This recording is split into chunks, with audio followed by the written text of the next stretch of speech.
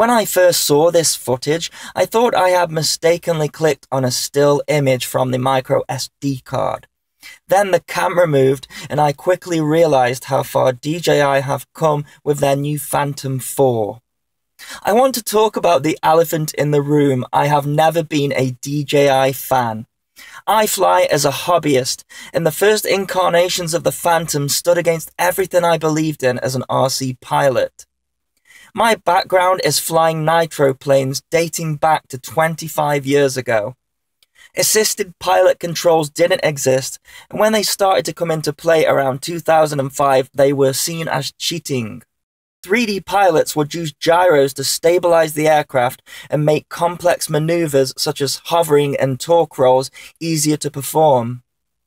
Moving forward to the Phantom, which is designed to fly purely in stability mode, as well as via GPS and altitude hold, there is not much left for the pilot to do, and for a hobbyist this is a bad thing. But for a photographer it's exactly what you want.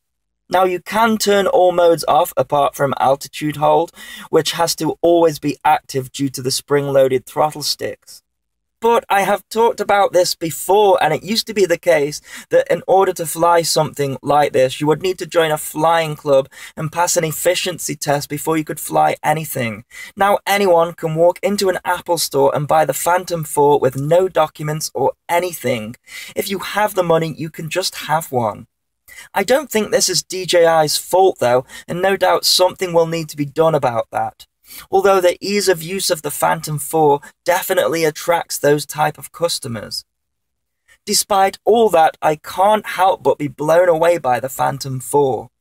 Once you let go of the fact that it's not a quadcopter, but the most flexible camera crane in the world, you can really begin to appreciate what DJI have achieved with the Phantom 4. I have never seen video footage so solid. The GPS hold is better than my Pixhawk build, the video is steadier than you can get on an aftermarket gimbal, the flight time is 22 minutes compared to the 13 minutes of flight time with my custom build. The app is brilliant and the video streams in high definition to your mobile device. It rarely breaks up, and due to all of the pilot assists, the fact that there is latency on the video doesn't even matter. You are going to get that perfect shot every time.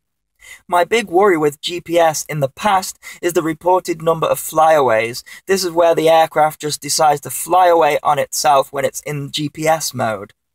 The Phantom has a dual compass and GPS for backup, so time will tell if that sorts out the flyaway problems.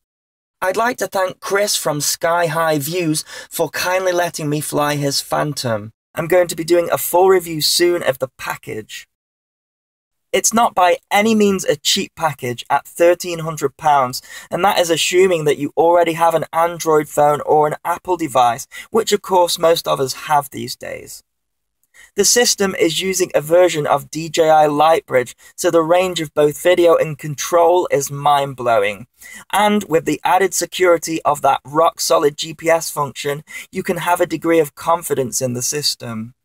There are some things as a hobbyist you will miss from the Phantom though. The first thing is zero latency analog video, which is not a feature of the DJI, but definitely not needed for its function in my opinion.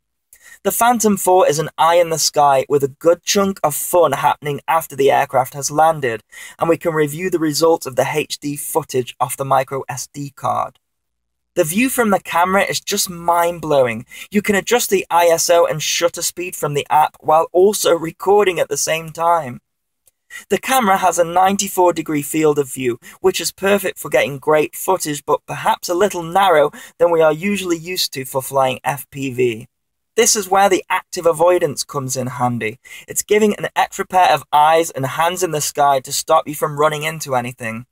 It's also a handy feature if all else fails and the aircraft returns to home and finds an obstacle in the way, it will fly over or around it. This feature only works on the front of the aircraft though, and no doubt the next version of the Phantom will feature it all round, so if that is important to you, then it's most likely worth waiting for the next version. And at the rate DJI are releasing these aircraft, that could be within 6 months. There are a couple of features that stand out to me on this aircraft that work really well. The object avoidance is one of them. Return to home and GPS hold is another. The object tracking system works surprisingly well, albeit with a grass background. I will test this more in my full review.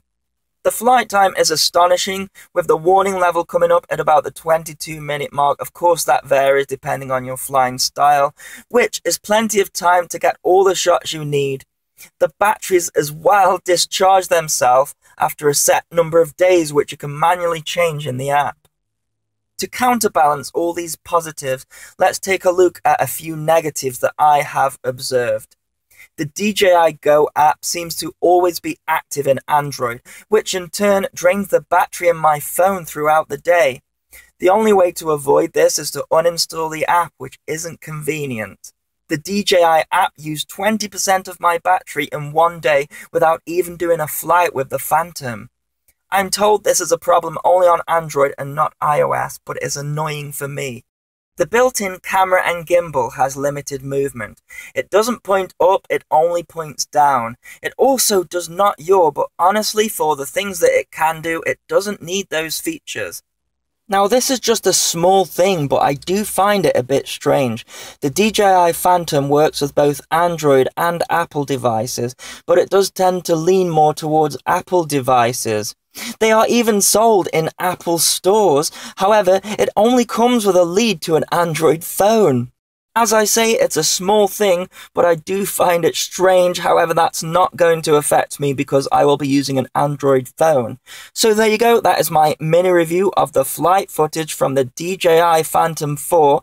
I plan to do a full review soon. As always, thanks so much for watching. Please continue to subscribe.